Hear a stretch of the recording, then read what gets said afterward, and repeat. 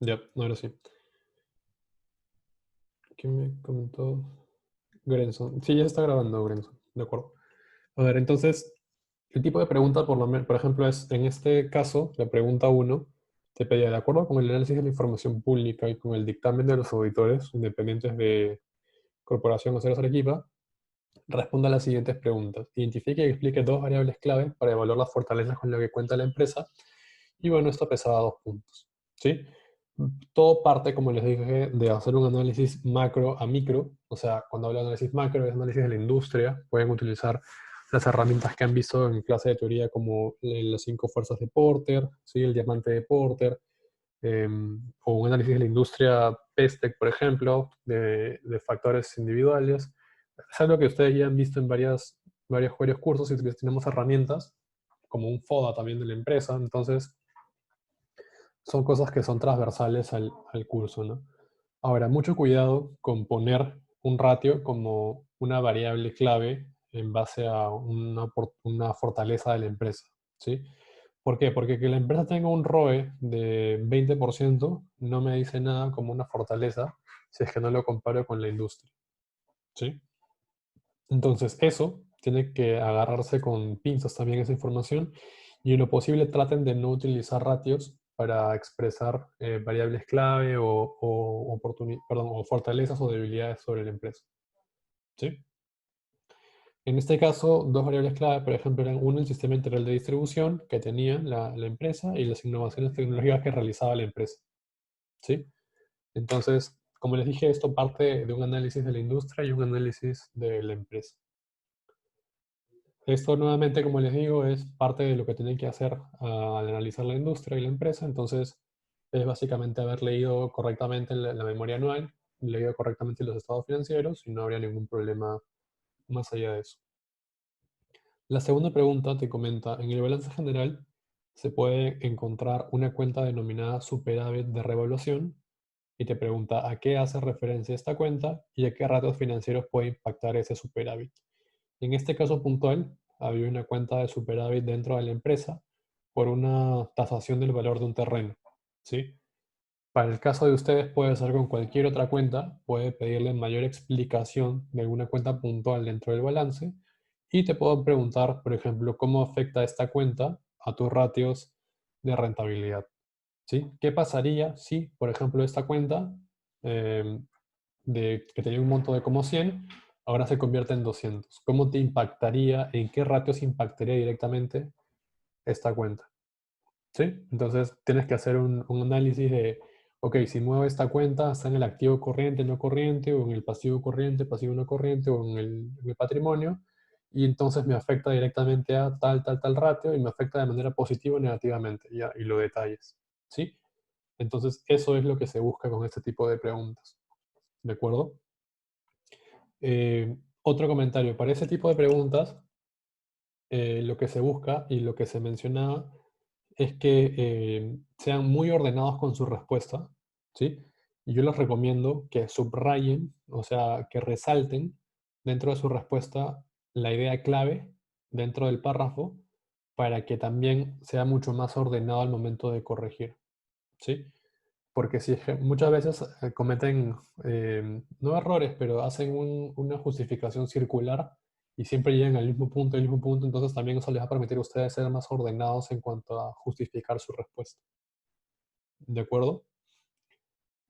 Luego, en este caso puntual, teníamos otra pregunta que nos decía, explique los principales riesgos a los que está expuesto el negocio de Corporación Aceros Arequipa y cómo pueden impactar en sus indicadores financieros. Recordemos que dentro de las notas del estado financiero hay un apartado específico relacionado a riesgos, ¿sí? Donde hablan de los riesgos más grandes y que justamente son estos tres: riesgo de tipo de cambio, riesgo de tasas de interés y riesgo de crédito. ¿De acuerdo?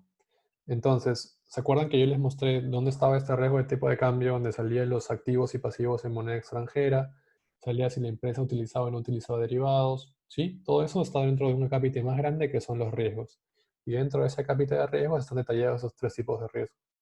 Entonces, si ustedes han leído correctamente las notas del estado financiero, van a poder ir directamente a este punto y copiar o en todo caso trasvasar la información que les solicita la pregunta, ¿no?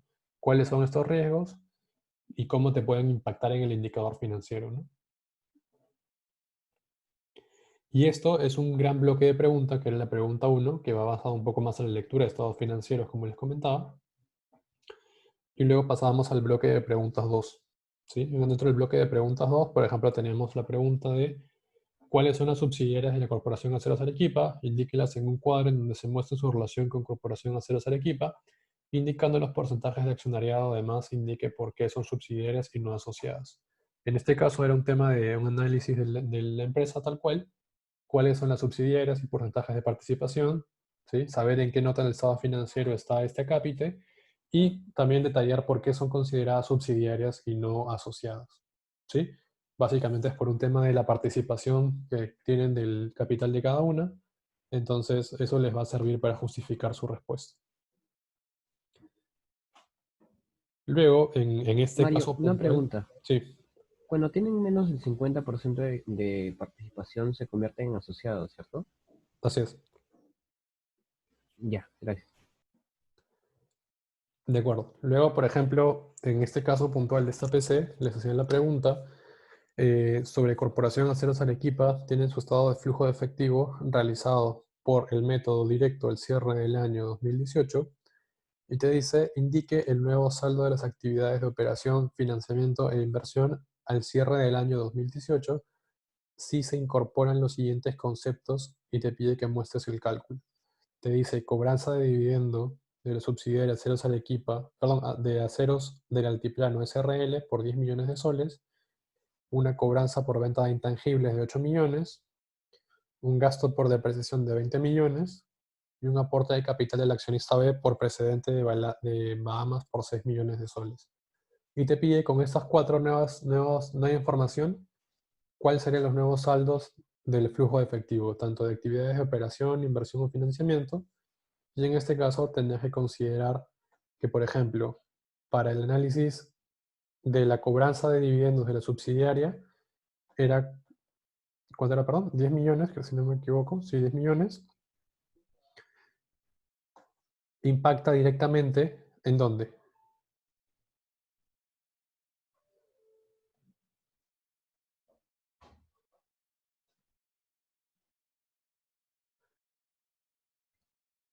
A ver, el dividendo va en el análisis de inversión, ¿no es cierto?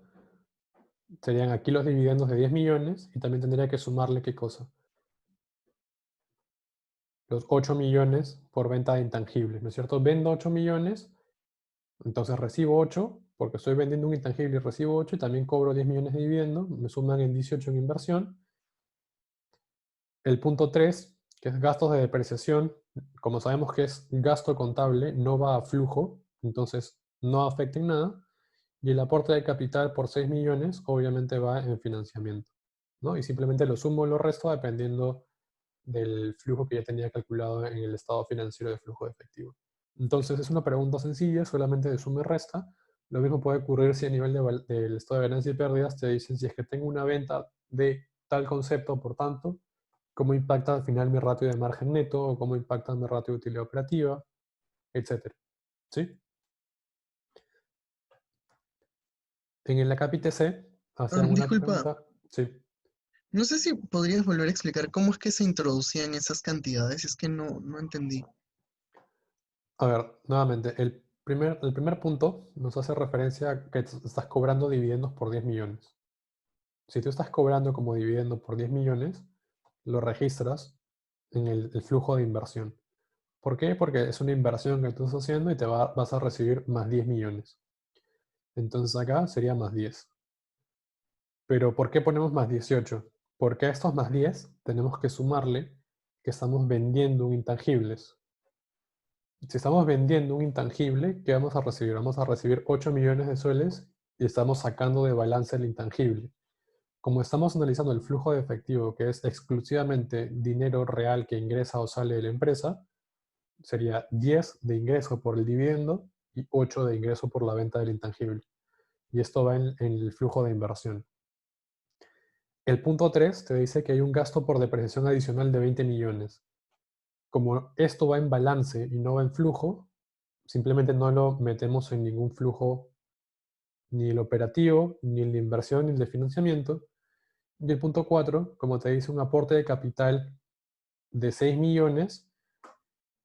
Esto va en el flujo de inversión, quiere decir que, perdón, el flujo de financiamiento. Dentro del financiamiento de la empresa, los accionistas están metiendo 6 millones de soles adicionales. Entonces, a lo que teníamos anteriormente calculado en los notas del estado financiero, tenemos que sumarle 6 millones más.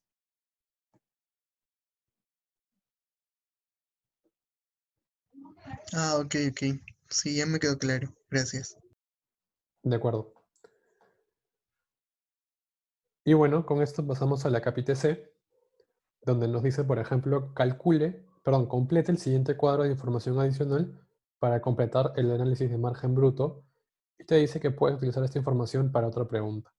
Básicamente lo que te pide es descompón la venta en ventas físicas y en el precio promedio por unidad, y descompón el costo de ventas en producción física en unidades y el costo promedio por unidad. Y con esto calcula el margen unitario, que básicamente es A menos B, o sea, el precio promedio por unidad de venta menos el costo promedio por unidad igual producida. ¿Sí? Básicamente es Mario, descompón la venta la en P por producción Q y física, ¿sí? la producción física se refiere al costo de ventas, ¿no? Ujú. Así es. Ya. Básicamente te dicen la venta descomponla en el P por Q y el costo de ventas descomponlo en el P por Q.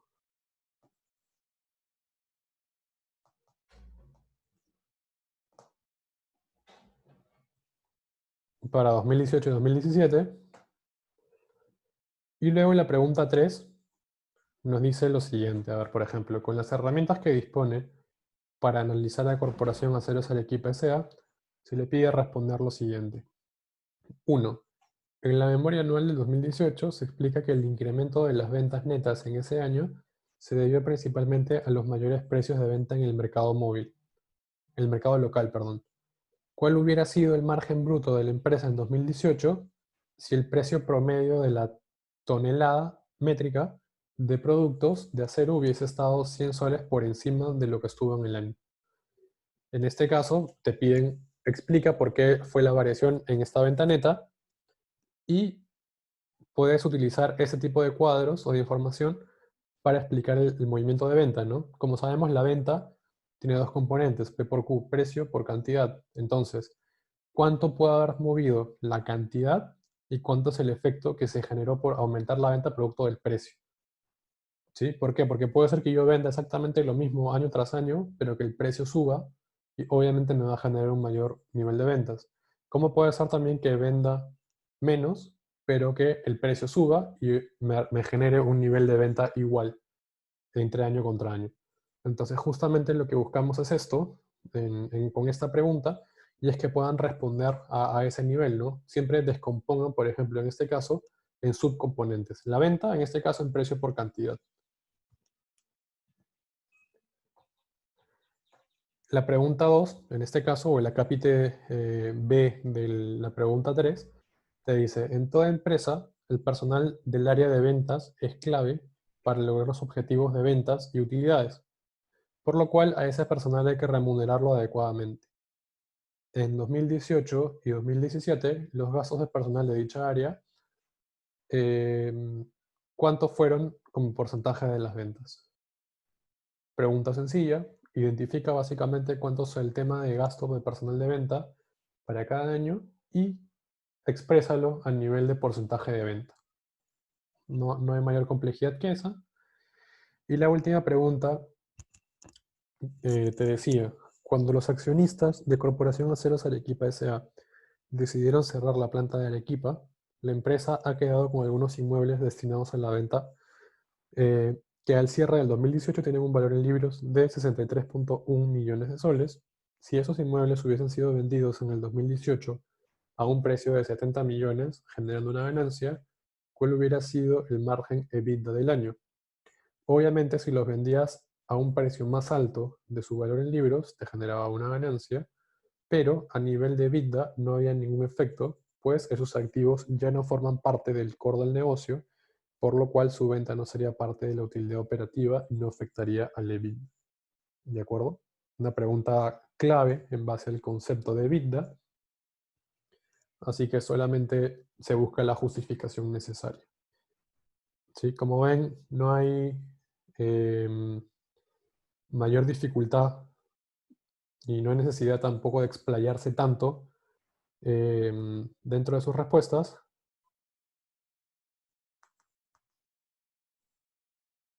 Así que una respuesta concisa y bien justificada es de una forma también súper válida. Creo que, Carlos, levantaste la mano.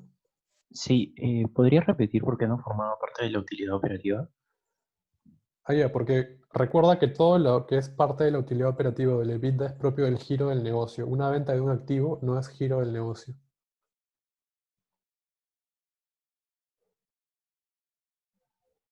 Gracias. ¿Sí?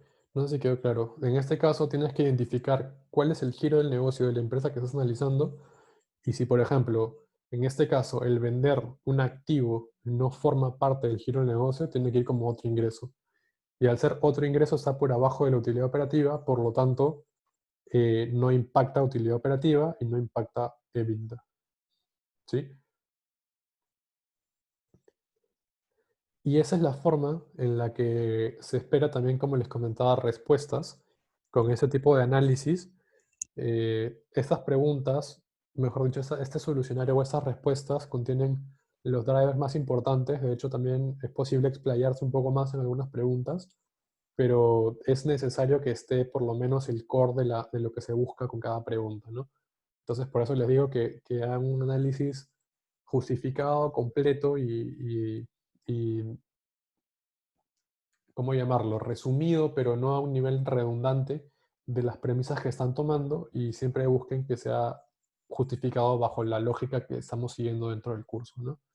No sé si esta parte o este punto, chicos, tienen dudas, preguntas o consultas.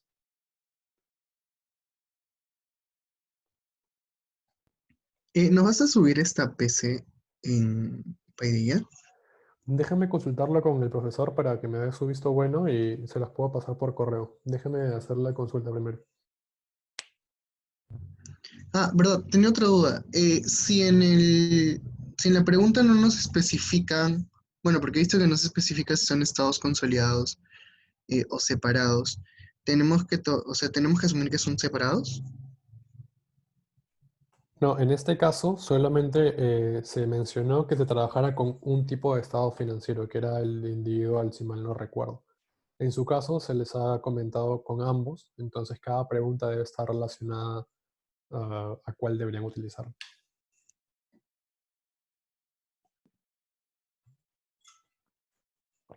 De acuerdo. Ok, otra pregunta, chicos. ¿Dudas, preguntas, consultas? Aprovechemos estos últimos minutos para solucionar todas las dudas que puedan haber.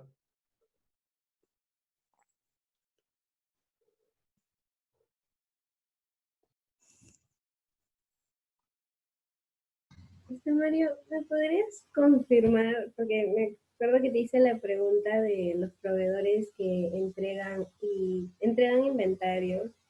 Este, sí me dijiste que sí va, ¿no? Dentro del core de la empresa.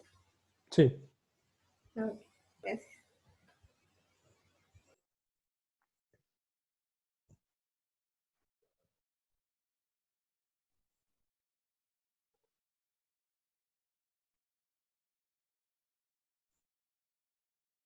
claro, chicos, si no hay más consultas, recomendaciones para esta PC, como les digo, siempre lleven y tengan a la mano sus estados financieros, las notas al estado financiero, su metodizado del balance, estado de ganancias y pérdidas y flujo de efectivo, ¿sí?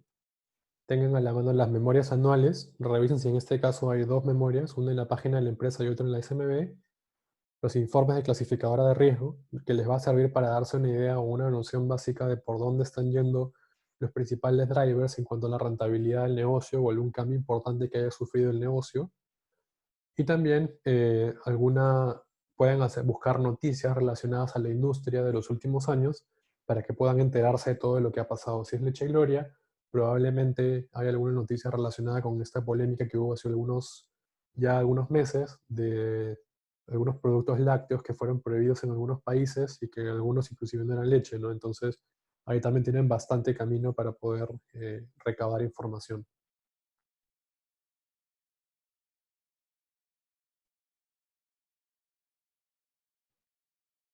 ¿Sí? De acuerdo, chicos. Entonces, ¿qué fue lo que vimos hoy día? Vimos el metodizado que ustedes me compartieron sus principales consultas donde tuvieron problemas al momento de hacer alguna reclasificación.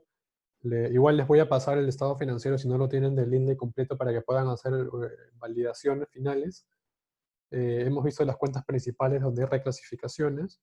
Les he comentado también que pierdan el miedo a tratar de hacerlo o emplear mucho tiempo en el metodizado. O sea, no es para que se demoren días y días haciéndolo, pierdan el miedo a que van a cometer algún error. Pierdan el miedo también a cuentas que no son materiales, no tengan miedo a ponerlo todo dentro de otros si no es material. Luego hemos visto los principales ratios a nivel de rentabilidad y justamente el entendimiento y lo que quiere decir cada ratio. Hemos visto los informes de clasificadora de riesgo para que se puedan dar una idea general y global de dónde sacar la información. Hemos visto también de dónde sacar la información, la memoria anual y la SMB. Hemos visto una APS modelo del ciclo pasado, donde se pueden dar cuenta del tipo de pregunta. Ojo, no estoy diciendo que las preguntas van a ser iguales, solamente que el modelo de pregunta o la lógica detrás que buscamos evaluar es de esta manera. Y por último, si tuvieran alguna duda, pregunta o consulta adicional, me la pueden transmitir por mail y lo trabajamos por esa vía. ¿De acuerdo?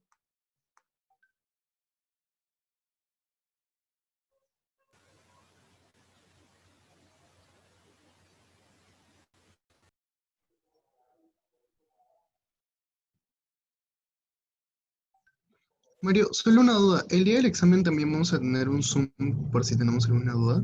Sí, en la evaluación se va a programar una sesión de consultas, de la práctica, quisieras decir. Sí, Sí, se programa un horario en el cual se va a habilitar una sesión para consultas. Y igual se lo vamos a comunicar de manera oportuna días previos a la evaluación. dale, muchas gracias. De acuerdo, chicos. Cualquier duda o consulta queda a su disponibilidad. Escríbanme con total confianza el correo y por ahí solucionamos todas las consultas que puedan tener. ¿Sí? Les recomiendo que comiencen a trabajar el metodizado, que intercambien ideas, que pierdan este miedo, como les dije, a trabajar la información y van a ver que en realidad es más sencillo de lo que parece. ¿Sí? De acuerdo, chicos. Entonces, eso es por el día de hoy. Que estén bien y buen fin de semana. Gracias. Hasta luego, chicos. Gracias, Mario. Mario, igualmente. Gracias, Mario.